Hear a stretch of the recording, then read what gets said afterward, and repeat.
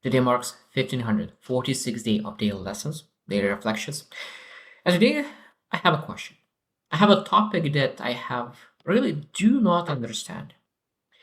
When I think about myself, I'm a very, very empathetic person. I love compassion. I love being able to put myself in other person's shoes and really think what they were feeling, what they were thinking when they're taking this action.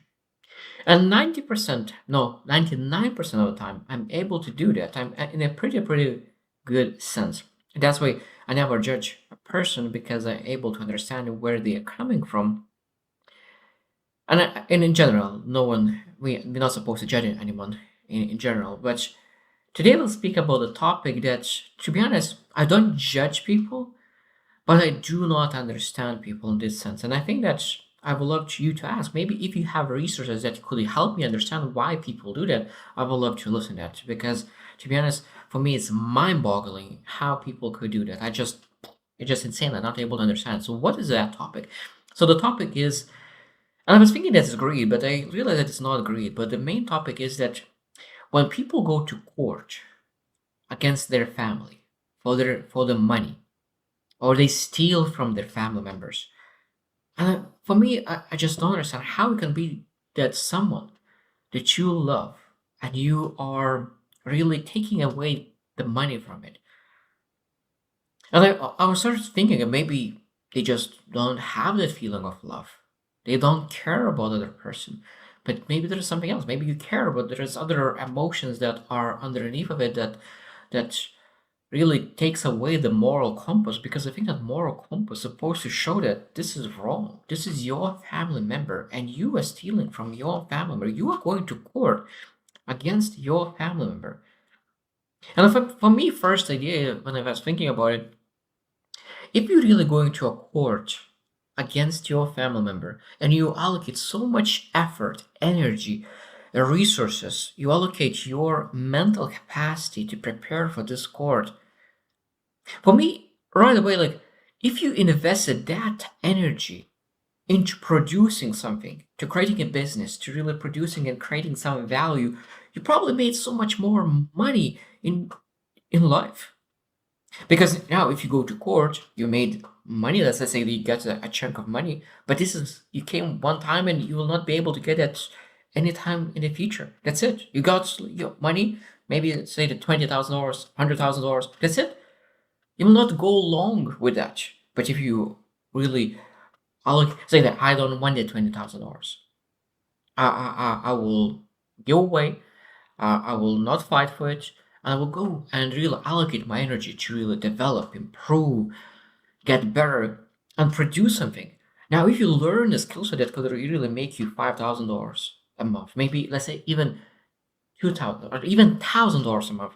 Now that means that within 2 years you will already make 25,000 more than you potentially get from that course that really will take away so much energy, so much effort. And for me, it's as I said, it's mind-boggling. I'm not able to understand that, and I'm not able to put another person's shoes to understand it, because when I really think about it, about my family members, when I think about my mom, I would be able to give her my last $100. I'm willing to give away.